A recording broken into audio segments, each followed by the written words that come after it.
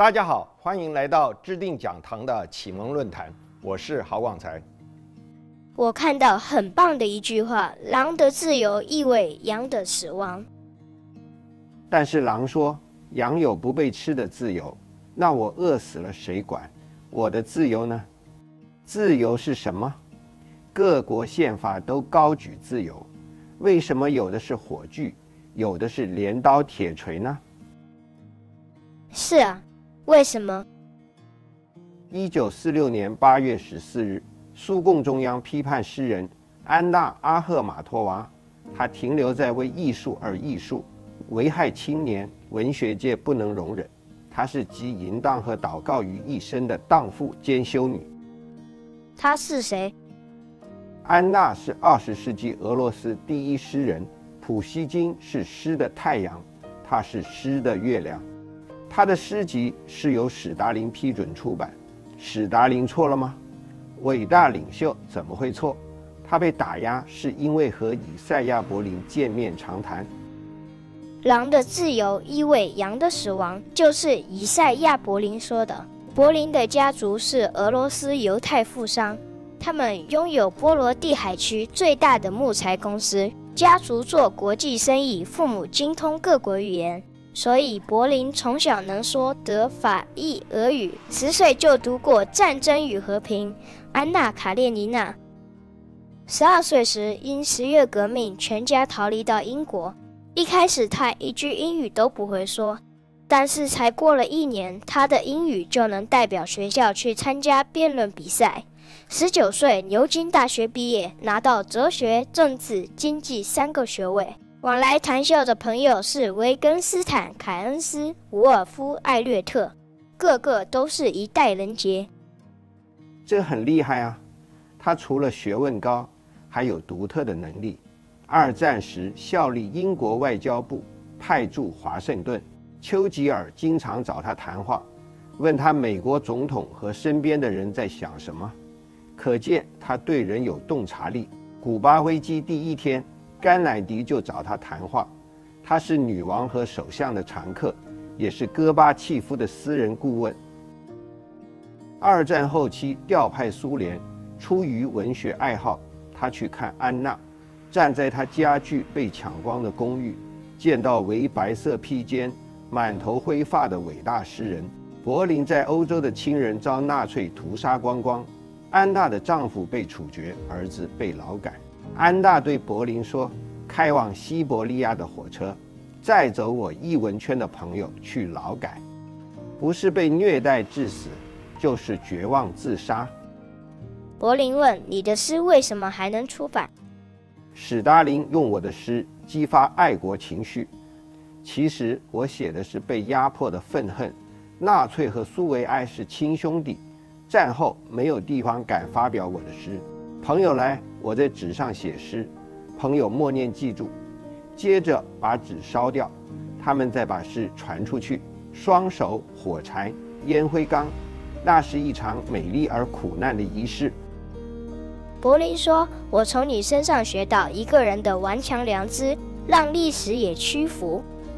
他们不知道有人在监听，这影响了柏林的一生。那天起，他展开自由的思想奋战。他在牛津大学发表自由的2种概念，引发震荡。为什么把自由分成消极自由和积极自由？先讲清楚，我这里指的自由是人争取来的自由，不是基本自由。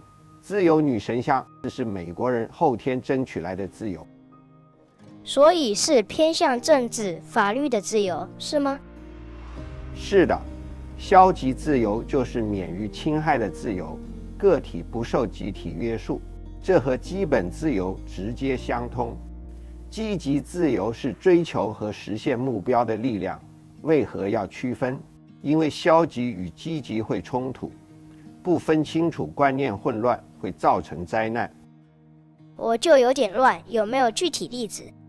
民族主义告诉你，你个人自由不算，要依附民族共同体。结果呢？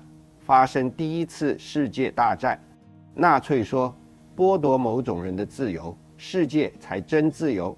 导致发生第二次世界大战。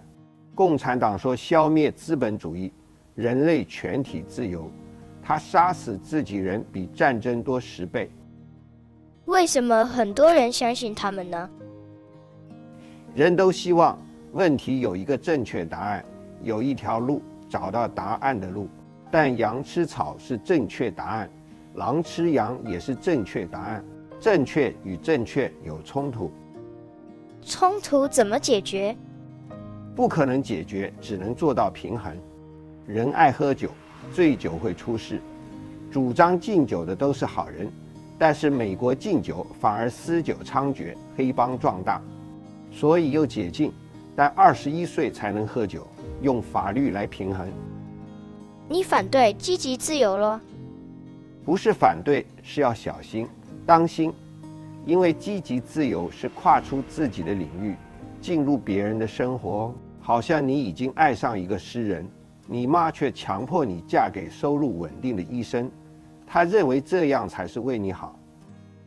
可是这一来，他的积极自由反而侵入你的消极自由。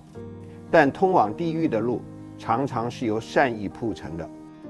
起初共产党人或社会主义者都是有善良的出发点，他们以为可以创造完美的社会，但完美不存在。